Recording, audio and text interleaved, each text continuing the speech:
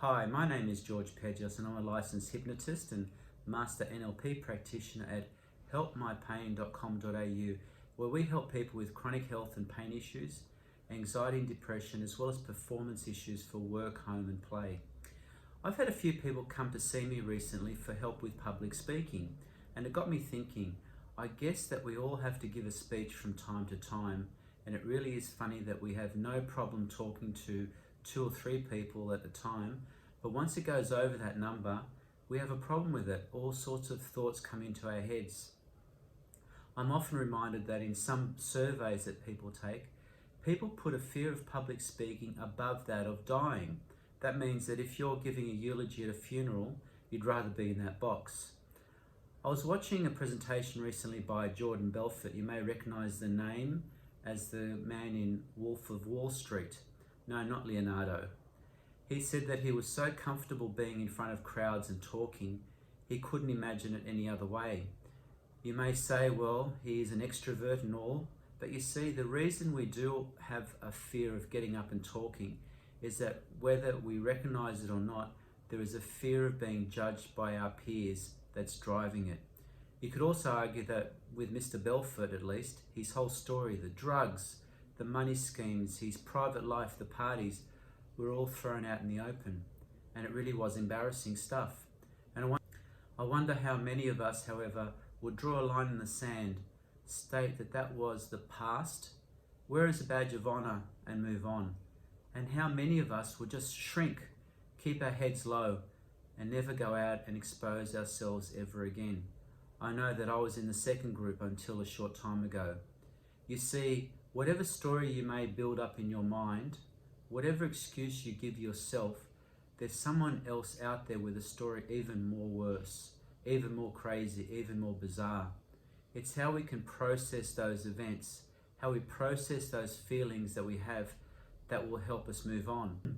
Neuroscience has shown that we develop those patterns of thinking when we're young, watching and listening to our parents and caregivers, and even though they only meant the very best for us, they would wrap everything they said in words of caution, phrases like, be careful, you won't make it, or you'll fall, or that will never work, or my favorite, are you stupid or something?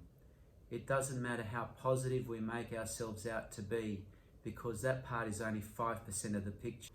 Our subconscious mind runs our actions, our thoughts, 95% of the time. And you know, that's the authentic part of you that's running the show on autopilot. The good news is that our brains can be rewired. Scientists call it neuroplasticity.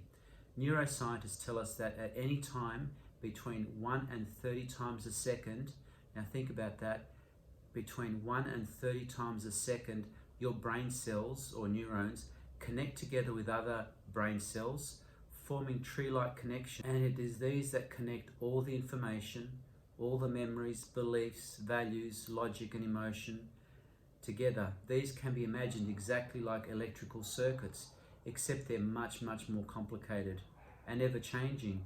The same neuron that fired for one pathway for some reason can connect instantly in a totally different formation of neural pathways to form a different neural network. However, when the neurons connect and fire together repeatedly, the pathway between these becomes habitual. They wire together, they connect, and the more they connect, the thicker the pathway, the thicker the wire becomes, until it becomes almost permanent. Another way to think about it is like creating a new road, but as a groove. Each time you use that road, you're carving it deeper and deeper. It becomes so deep that it's difficult to even drive out of. You could imagine a neural pathway firing that includes extremely positive memories, beliefs, values, emotions, and logical conclusions, using the correct neuro-linguistic affirmation to cause this neural network to fire. With continued use of this positive neural network or belief system, the pathway becomes stronger and the positive belief system becomes a habit without any conscious effort on your part at all. It's like that image we have of a rolling snowball in all those cartoons we used to see as kids. Once you get the snowball rolling, it gathers its own momentum, becomes unstoppable. And in exactly the same way, those other behaviors and thoughts, whether they are related to fear, related to anxiety or to an old habit, need to be changed for a new neural path, creating a new connection that can be stronger and stronger, leading to a new reality. Hypnotherapy acts by logging into that precise area of the brain and delivering the right software. Think of it as an update, helping to rewire those thought patterns. You know, the Russians used this first in the 1956 Olympics in Melbourne. They brought along 11 hypnotists along with their athletes and clearly beat everyone else in the medal tally. In fact, 24 more medals than the USA. They well and truly topped the board. I'm truly amazed at what people can do when they are empowered. The incredible changes that people can make within such a short period of time.